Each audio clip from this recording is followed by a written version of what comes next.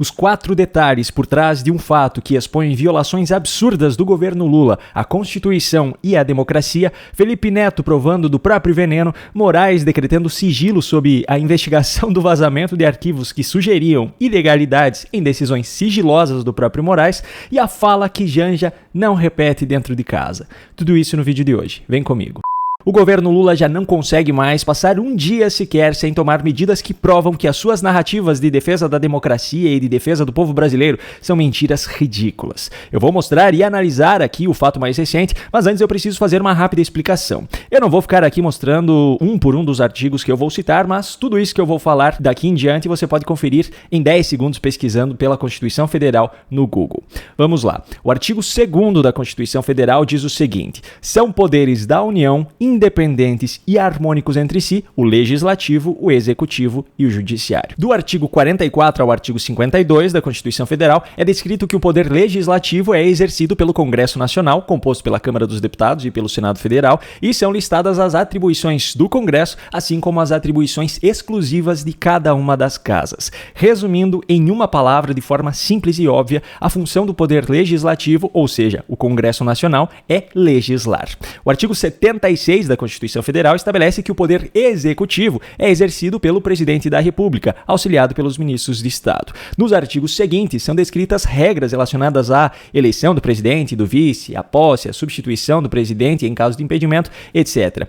No artigo 84, em seus 28 incisos, são listadas as inúmeras atribuições do presidente da República, como a nomeação dos ministros de Estado, o exercício da direção superior da administração federal, sanções, promulgações e vetos de lei, etc. Mas em nenhum lugar consta que é uma das competências do presidente recorrer ao Supremo Tribunal Federal quando uma decisão do Congresso lhe desagrada. Aliás, não é só isso que não pode acontecer. O presidente não pode articular politicamente com ministros do Supremo, pois isso viola o artigo 2º, que diz que os poderes devem ser independentes entre si. Pois bem, do artigo 92 até o artigo 135, a Constituição Federal trata do poder judiciário, poder do qual o Supremo Tribunal Federal faz parte. A função do poder judiciário é basicamente processar e julgar. Com essas mesmas palavras, são descritas as competências do Supremo Tribunal Federal no artigo 102. Dentre essas competências está a de processar e julgar a ação direta de inconstitucionalidade de lei ou ato normativo federal ou estadual e a ação declaratória de constitucionalidade de lei ou ato normativo federal.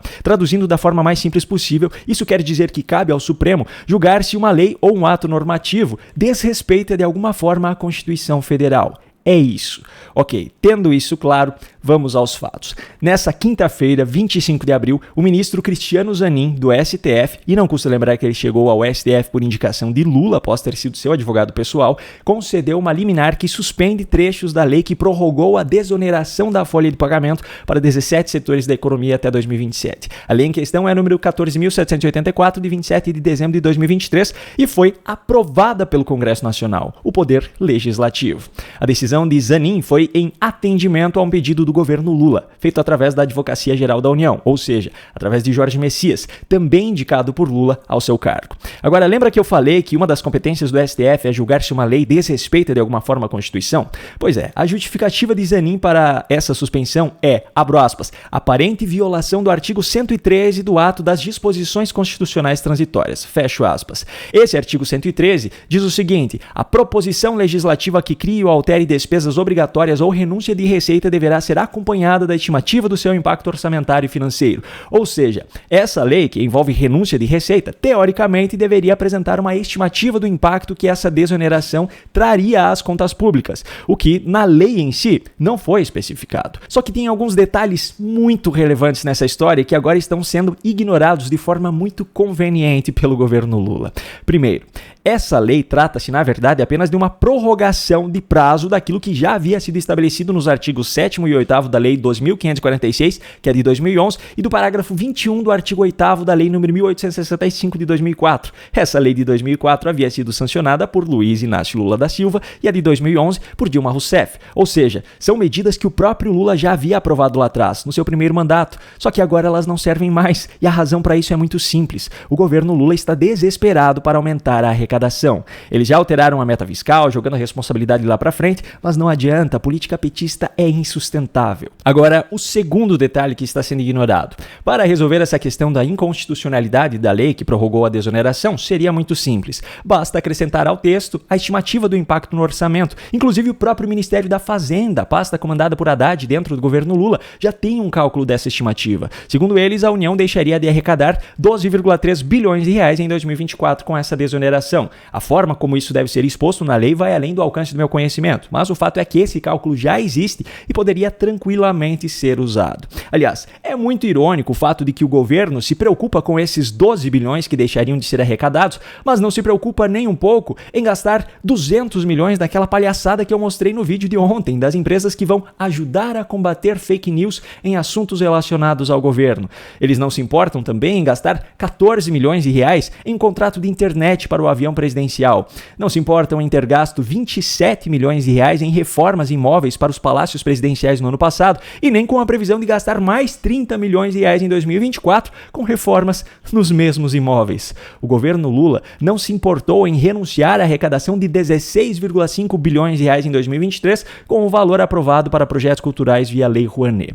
Mas com os 12 bilhões da folha de pagamento, eles se importam. O terceiro detalhe que está sendo ignorado pelo governo Lula é que, tendo apresentado na lei ou não a estimativa do impacto no orçamento, e como eu acabei de mostrar para você, seria muito fácil resolver isso, o fato é que essa lei foi aprovada pelo Congresso Nacional, que é o poder legislativo, e que foi eleito pela população brasileira. Ou seja, é a voz da população brasileira, através dos seus representantes, que o governo Lula está tentando calar ao judicializar essa questão. Eu não preciso nem falar o quanto isso vai totalmente contra a narrativa de defesa da democracia que eles vêm adotando, não é mesmo? Agora, o quarto detalhe e o mais importante deles, que está sendo completamente ignorado pelo governo Lula, é o seguinte: qual é o objetivo do orçamento de um governo? Na verdade, qual é o objetivo de um governo em si? Arrecadar o dinheiro dos cidadãos através dos impostos e administrar esse dinheiro da melhor forma possível para que sua utilização seja através de investimentos em benefício dos cidadãos. Em outras palavras, é fazer com que o dinheiro público dê o melhor retorno possível à sociedade. Pois bem, agora, o que é a desoneração de um setor?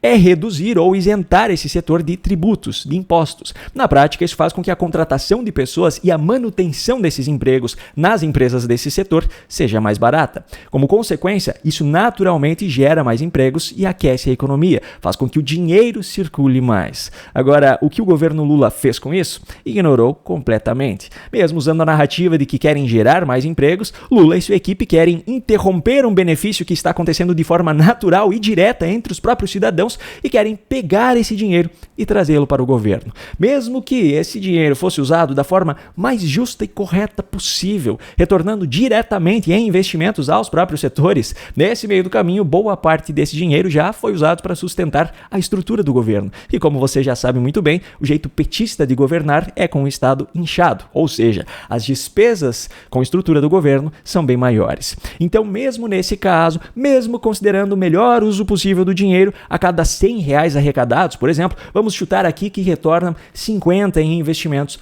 para os cidadãos. Mas definitivamente não é esse o caso do atual governo. O desespero para aumentar a arrecadação é para tapar furos de uma administração incompetente, e eu vou me restringir apenas a esse adjetivo, sem entrar no mérito de outras questões mais polêmicas, e que não admite que sua política é insustentável e prejudicial ao povo brasileiro. Ficou claro dessa forma? Bom, a decisão de Cristiano Zanin, segundo matéria do Poder 360, vai ao plenário virtual do STF nessa sexta e, se validada pelos demais ministros, ela terá efeito até que o Supremo julgue o mérito da ação. Ainda segundo a matéria, o julgamento começa nessa sexta e vai até o dia 6 de maio. Já que eu estou falando sobre grandes incoerências e hipocrisias, eu já trago o próximo assunto que também tem tudo a ver com isso. Lembra que eu mostrei em um vídeo nessa semana que Felipe Neto, ao participar por vídeo de um simpósio sobre regulamentação das redes sociais na Câmara, se referiu ao presidente da casa, Arthur Lira, como excrementíssimo? No vídeo em questão, eu até mostrei como a fala dele se enquadra como crime crime dentro do Código Penal, inclusive com pena de prisão. Pois é, Arthur Lira tomou providências legais diante da situação e acionou a polícia da Câmara. E que fique muito claro desde já, eu não estou defendendo Arthur Lira, eu não tenho absolutamente nada a favor dele. Pelo contrário, eu acho um absurdo que, para uma situação como essa, ele tome providências imediatas, mas em outras questões importantíssimas ele seja omisso, como por exemplo no processo de impeachment contra Lula, protocolado há várias semanas na Câmara, mas até hoje permanece juntando poeira na mesa de Arthur Lira. Só que eu não tenho como esconder a imensa satisfação de ver Felipe Neto provando um pouco do próprio veneno. Um dos maiores defensores da censura no Brasil, o cara que encheu tanto o saco dos diretores do Twitter no Brasil para bloquear contas como a de Alan dos Santos, o cara que faz parte de um grupo de trabalho dentro do Ministério dos Direitos Humanos do governo Lula para combater o discurso de ódio na internet. Mas o Felipinho não gostou do fato do presidente da Câmara ter acionado a polícia do Legislativo. Ele quer controlar o que os outros falam, mas quer ter liberdade de expressão absoluta para atacar aqueles com quem ele não concorda. Em uma publicação no seu perfil no X, rede que inclusive ele pede que seja bloqueada no Brasil, ele reclamou da atitude de Arthur Lira, só que agora com um discurso já bem diferente do que no dia do acontecido. Felipe agora disse: minha intenção ao citar excrementíssimo foi claramente fazer uma piada com a palavra excelentíssimo, uma opinião satírica, jocosa, evidentemente sem intenção de ofensa à honra. Mas ele fez ainda pior.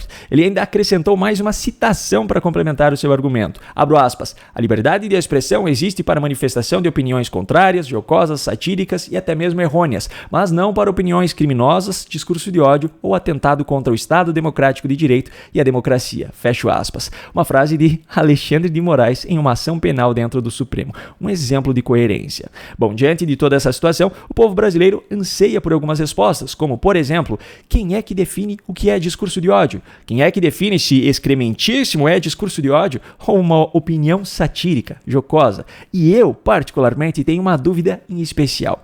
Se eu disser que você é um pilantra mimado e hipócrita, que espalha ódio e mentiras desde que começou a postar conteúdo na internet, que sempre age de acordo com os próprios interesses e que toda vez que se sente minimamente contrariado passa a agir como uma criança chorona, esperneando e se fazendo de vítima, você não pode me processar, né, Felipe? Afinal, essa é apenas a minha opinião satírica, jocosa a respeito de você. Bom, por falar em processos e em Alexandre de Moraes, o objeto da citação de Felipe Neto, eu trago o próximo assunto, que é justamente o ministro. Após a repercussão das publicações dos arquivos internos do Twitter, os Twitter Files, e principalmente a publicação de um relatório da Câmara dos Estados Unidos, onde foram divulgadas inúmeras decisões proferidas, principalmente pelo ministro Alexandre de Moraes, e que, em sua grande maioria, eram mantidas em sigilo, a Advocacia Geral da União, ou seja, Jorge Messias, indicado por Lula ao cargo, acionou o Supremo Tribunal Federal enviando uma notícia-fato alegando a provável ocorrência de crime contra o Estado Democrático de Direito e contra as instituições. O centro da questão aqui é que essas publicações tornaram públicos documentos que estavam sob sigilo de justiça, e isso, segundo eles, atrapalha as investigações. Aliás, é muito irônico que, ao mesmo tempo que defendem o sigilo desses inquéritos, o próprio Supremo alegou na semana passada que as pessoas afetadas por esses inquéritos tiveram acesso às fundamentações das decisões, o que não é verdade. Pois bem, como o sigilo é o ponto-chave da questão, quem não deve, não teme, e nem Alexandre de Moraes, nem os outros ministros estão fazendo qualquer coisa de errado, Alexandre de Moraes decretou sigilo da petição em que a AGU cogita a suspensão do X no Brasil. A partir daqui, eu sinceramente acredito que não é necessário mais nenhum comentário, não é mesmo? Agora vamos ao último assunto. Veja esse vídeo publicado pela primeira-dama, Janja, em seu perfil no X, rede da qual ela também defende o banimento. É uma lei super importante, mas o que a gente quer mesmo é violência zero, né? Então é que essa lei ela seja cumprida, tenhamos os espaços de acolhimento, mas por favor, homens, parem de nos agredir, parem de nos matar. É isso que a gente quer. No final de contas, é que as equipes de saúde não sejam direcionadas para atender as mulheres vítimas de violência, mas que sejam direcionadas para atender a saúde da mulher efetivamente, né? A saúde da família. Então, por favor, era só isso que eu Enquanto esse discurso é feito por Janja, tanto ela quanto Lula permanecem sem fazer qualquer comentário a respeito do caso do filho de Lula, denunciado pela ex-esposa por agressão física, moral e psicológica a ela. Agora fica a pergunta, para Luiz Cláudio Lula da Silva, o filho de Lula, Janja também falou isso aqui? Mas, por favor, homens, parem de nos agredir, parem de nos matar, é isso que a gente quer. Antes de finalizar o vídeo, eu só quero lembrar você do curso de Inteligência Artificial e ChatGPT que eu venho recomendando ao longo das últimas semanas e que é uma ótima oportunidade para que você aprenda algo tão simples e tão valioso para ajudar no seu dia a dia. Na descrição aqui do vídeo, você encontrará 2 links. O primeiro é da página de vendas do curso, no preço de R$ 147, que já é um preço promocional. E o segundo link é da página de pagamento, só que com um desconto extra de 25% que eu consegui para os espectadores aqui do canal. Você terá uma garantia de 7 dias para solicitar reembolso, caso as aulas não atendam às suas expectativas, e eu ainda deixo o meu endereço de e-mail para que você entre em contato comigo, caso tenha qualquer problema em relação a isso. Eu espero que, dessa forma, eu consiga retribuir o apoio que você dá diariamente ao canal.